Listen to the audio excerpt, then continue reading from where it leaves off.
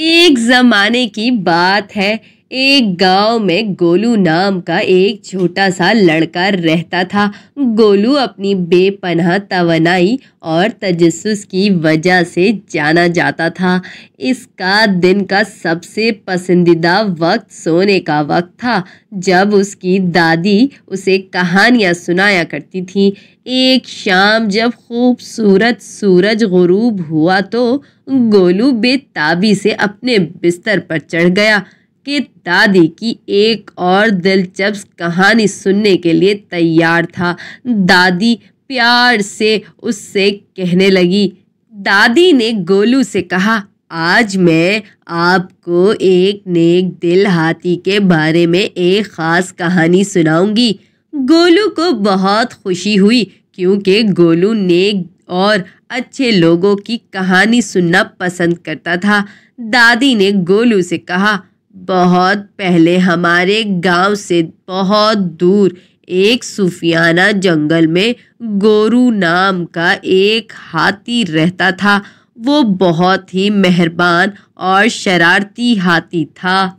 وہ جنگل کے کسی دوسرے ہاتھی سے بہت مختلف تھا کیونکہ اس میں جادوئی طاقت تھی۔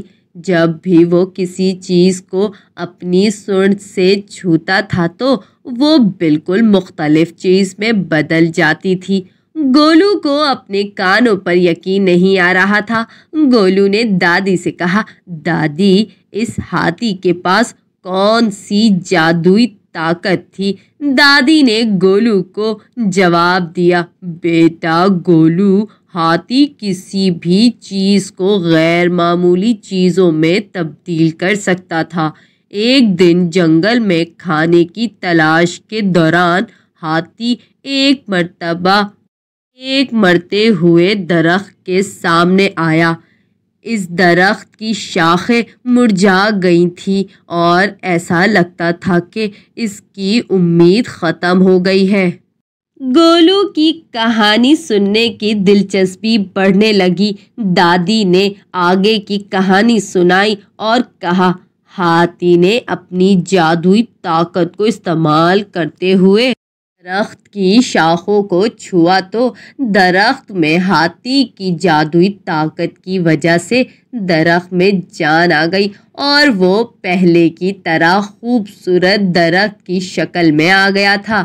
پھر آگے دادی نے گولو کو بتایا کہ ہاتھی اپنی جادوئی طاقت سے ہر پریشان انسان اور جانوروں کی مدد کرتا تھا۔ گولو کو کہانی اتنی پسند آئی کہ وہ خوابوں کی دنیا میں گم ہو گیا۔ دادی نے گولو سے کہا، بیٹا، اس کہانی سے ہمیں بھی دوسروں کی مدد کرنا سیکھنا چاہیے۔ جیسے ہی ہاتھی نے ایک مرتے ہوئے درخت کی مدد کی، اسی طرح ہمیں بھی چاہیے کہ ہر مشکل میں ڈوبے ہوئے انسان کی مدد کی جائے۔